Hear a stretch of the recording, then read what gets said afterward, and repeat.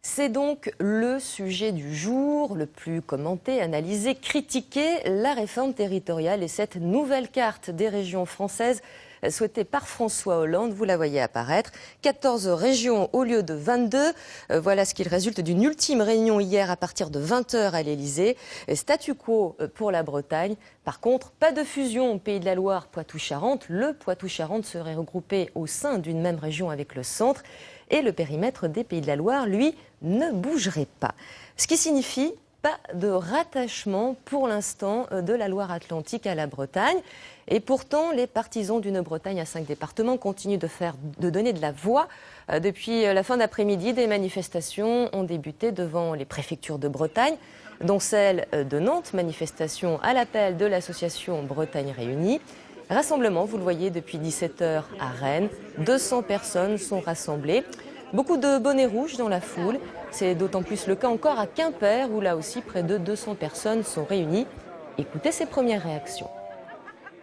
Voir les Pays de la Loire se retrouver eux-mêmes tout seuls dans l'espoir un jour de nous accoupler en fin de compte avec la Bretagne-Pays de Loire est un piège assez gros disant que vous n'aurez jamais la Loire-Atlantique. On nous promet un Big Bang territorial avec des économies à la clé, le respect des territoires et donc des identités.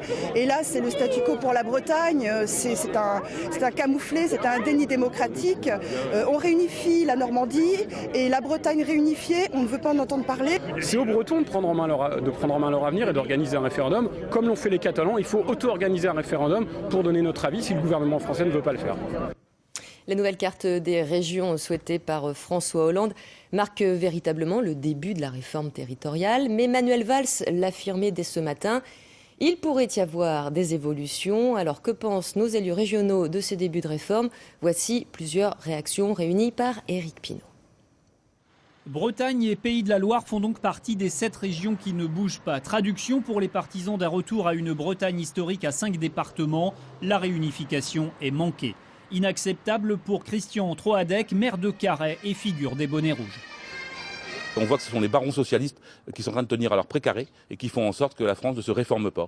Alors qu'il y avait ici vraiment une éventualité, une possibilité d'une grande réforme territoriale, de simplification administrative et surtout de recréer de l'identité. On a besoin d'avoir des régions fortes, mais qui soient aussi basées sur un sentiment historique, culturel, une appartenance à cette même région. On a ici le cas évident dans tout l'Hexagone, c'est sans doute la Bretagne qui répondait le mieux, avec d'autres comme les Normands peut-être, et d'autres, à la possibilité de réunifier un territoire. Les Normands l'obtiennent, les Bretons on les humilie. Ce n'est pas acceptable.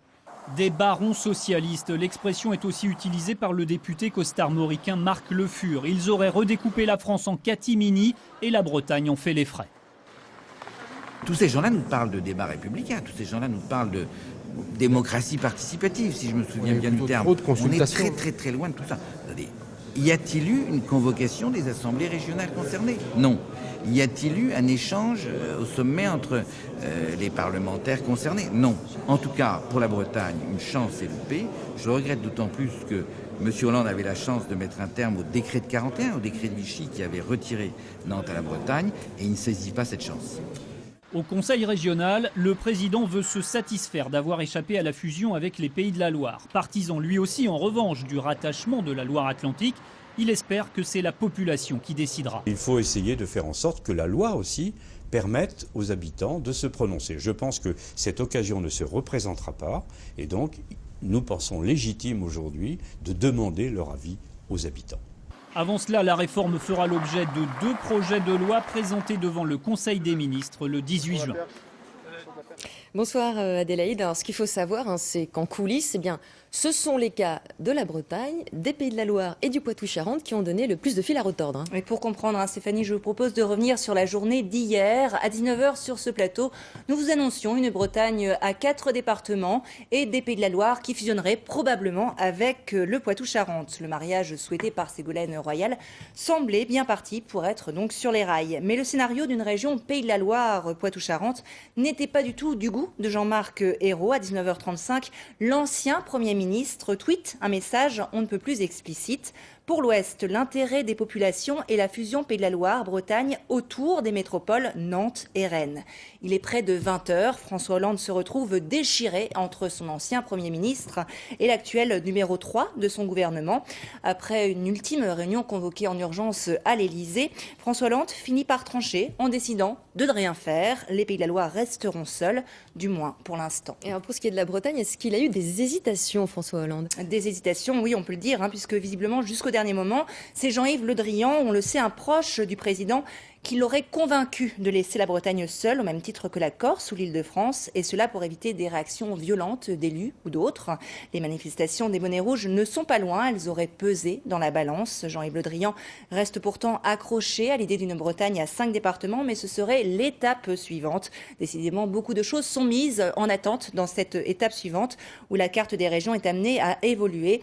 On peut l'imaginer aisément, les débats prévus devant l'Assemblée nationale en juillet risquent d'être houleux. Assurément, merci Adélaïde. Et avant de clore cette page dédiée à la réforme des régions, prenons tout de même la direction de la Loire-Atlantique. Dans les secteurs de Bas-sur-Mer et de Guérande, quelles sont les réactions d'habitants? Sont-ils déçus ou non de ne pas se retrouver dans le giron de la Bretagne? Voyez ce reportage d'Anne Caruel et de Daniel Le Floch. Kervalais, un joli hameau à la consonance bretonne, typique avec ses maisons en granit. Mais Kervalais ne se situe pas en Bretagne, à seulement une vingtaine de kilomètres de la frontière régionale. Pas étonnant que des visiteurs se sentent en terre celtique. Le style des maisons, l'environnement, la mer toute proche, je sais pas, j'avais l'impression d'être en Bretagne. Mais apparemment, je me trompe puisqu'on n'est pas en Bretagne, on est en Pays de la Loire. Les Ligériens resteront finalement dans leur coin. Ici, en presqu'île guérandaise, la Vendée est très loin. Le cœur des habitants penche vers la Bretagne. Moi, je suis un petit peu déçue parce que j'aurais été vraiment contente que les Pays de la Loire soient rattachés à la Bretagne. Voilà, parce que voilà, ici, on se sent quand même à Guérande breton quand même. Guérande abrite l'une des 6 écoles d'Iwan de Loire-Atlantique. Le maintien de l'identité Pays de la Loire ne va pas changer grand-chose pour les enseignants. Il y a quand même un petit hiatus quand on parle, nous, d'histoire ici, on parle d'histoire de Bretagne, et donc on fait des cours d'histoire concernant la Bretagne historique, et donc avec Nantes comme capitale depuis 1500 ans, quoi. Plusieurs centaines de militants favorables à la réunification de la Bretagne à 5 se sont rassemblés en fin de journée à Nantes, bien décidés à faire entendre leur avis.